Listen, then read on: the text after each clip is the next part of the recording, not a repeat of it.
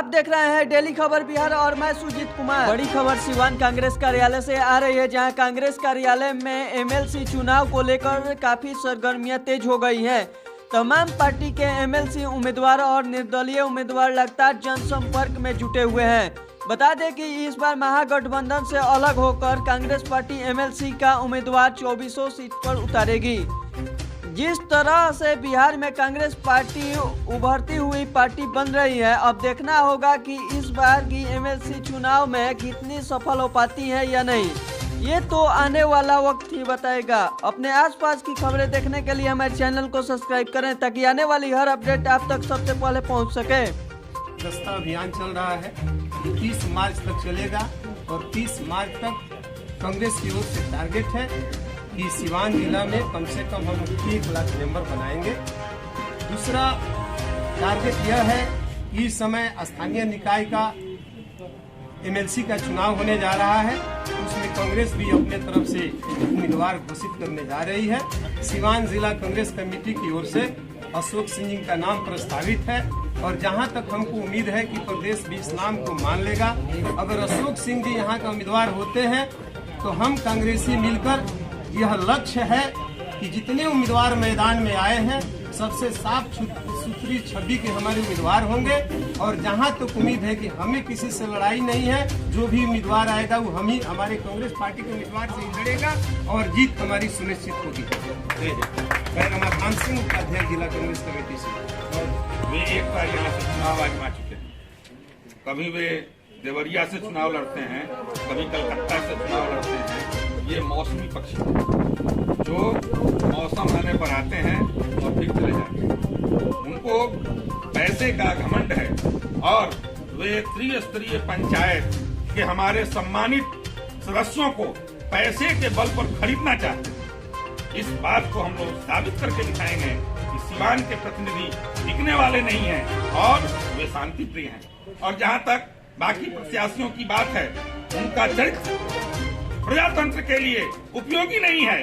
आज उनके ही दल के लोग आज सिवान के पूर्व सांसद मनोज सिंह का विरोध कर रहे हैं और कहते हैं कि वे AK-47 लेकर के घूमते थे। और आपने देखा सिवान की जनता मोहम्मद साहबुद्दीन, जिन्होंने इस क्षेत्र के विकास के लिए जो काम किया वह कोई नहीं कर सका, लेकिन उनके गुंडों और उनके आपराधिक पृष्ठभूमि के सहयोगियों के कारण उनके नॉमिनेशन में, उनके पत्नी की नॉमिनेशन में जितने लोग भाग लेते हैं, अगर उतने ही परिवार के लोग अगर वोट दे दें तो वे MP नहीं, वे कुछ भी किसी भी चुनाव में जीत सकती है। लेकिन हम लोग, हमारे सिवान जिले की जनता उनके साथ, उनको अपना शरीर तो दिखाती है लेकिन मत नहीं देती है। इसलिए यह सिवान और एक जो दूसरे उम्मीदवार की चर्चा चल रही है, वे निर्दलीय होंगे कि दल से होंगे अभी तय नहीं है, लेकिन उनकी भी जो पृष्ठभूमि है वह भी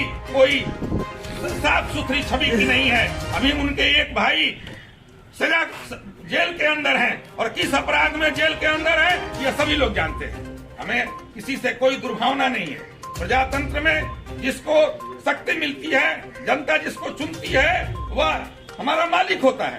लेकिन कांग्रेस पार्टी ने इस बिहार, इस सिवान की जनता को, सिवान के त्रिस्तरीय पंचायत के प्रतिनिधियों को एक सुंदर, स्वच्छ, साफ सुथरा, पढ़ा लिखा, ईमानदार और सच्चा राष्ट्रभक्त विकास अशोक सिंह के रूप में दिया है। हमें उम्मीद है कि सिवान की जनता इसको स्वीकार करेगी और अपने को काले धब्बे से नहीं स्वीकार करेगी और अपने मुंह पर काली नहीं पुतवाएगी। मैं डॉक्टर विधुशेखर पांडे, जिला कांग्रेस कमेटी का सिवान जिला का अध्यक्ष।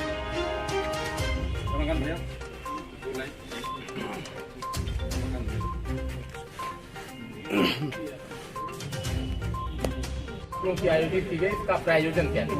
आज की बैठक का 2 मुद्दा है। एक था कांग्रेस सस्ता अभियान पूरा करना और दूसरा मुद्दा है स्थानीय निकाय के चुनाव में श्री अशोक सिंह को किस तरह हम लोग रणनीति बनाए, किस तरह इनको हम लोग जिताएं। हम लोगों ने इस बिंदु पर पूरी तरह से चर्चा किया, विमर्श किया। कांग्रेस काफी दिनों के बाद स्वतंत्र रूप से या श्री पंचायत का विधान पार्षद चुनाव लड़ने जा रही है। लड़ाई आपकी किससे है यहाँ? हमारी लड़ाई से ही सब लोग लड़ेंगे। जब हमारी अब बिल्कुल फूका जा रहा है तो सभी दल हमसे लड़ेंगे, हम किसी से नहीं लड़ेंगे, क्योंकि हमारे जो उम्मीदवार हैं वो स्वच्छ छवि के हैं और लोकप्रिय हैं और यहाँ के लोग जानते हैं। जैसे कम से कम आंदर, दरौली, जीरादेई, गुठनी, नौतन, पचरुखी, ये सब प्रखंडों में तो हर घर के लोग इनके पिता स्वर्गीय सोरिया को जानते हैं और इनके बारे में जानते हैं। बाकी जिला के भी आमजन, जैसे महाराजगंज लोकसभा में वहाँ के भी लोग सोनिया को जानते थे, इसलिए किसी अछूते नहीं है। इसलिए सबसे सशक्त उम्मीदवार होंगे और हमारी उम्मीद है कि हम अपने सम्मानित मतदाताओं के बल पर चुनाव जीतेंगे और वो स्वच्छ छवि को उम्मीदवार को वोट देंगे। जैसे जो राजनीति का पैटर्न चेंज हो रहा है उसमें लोग स्वच्छ छवि देख रहे हैं। मैं विनय चंद्र श्रीवास्तव, पूर्व अध्यक्ष सीवान जिला कांग्रेस कमेटी, महासचिव बिहार प्रदेश कांग्रेस।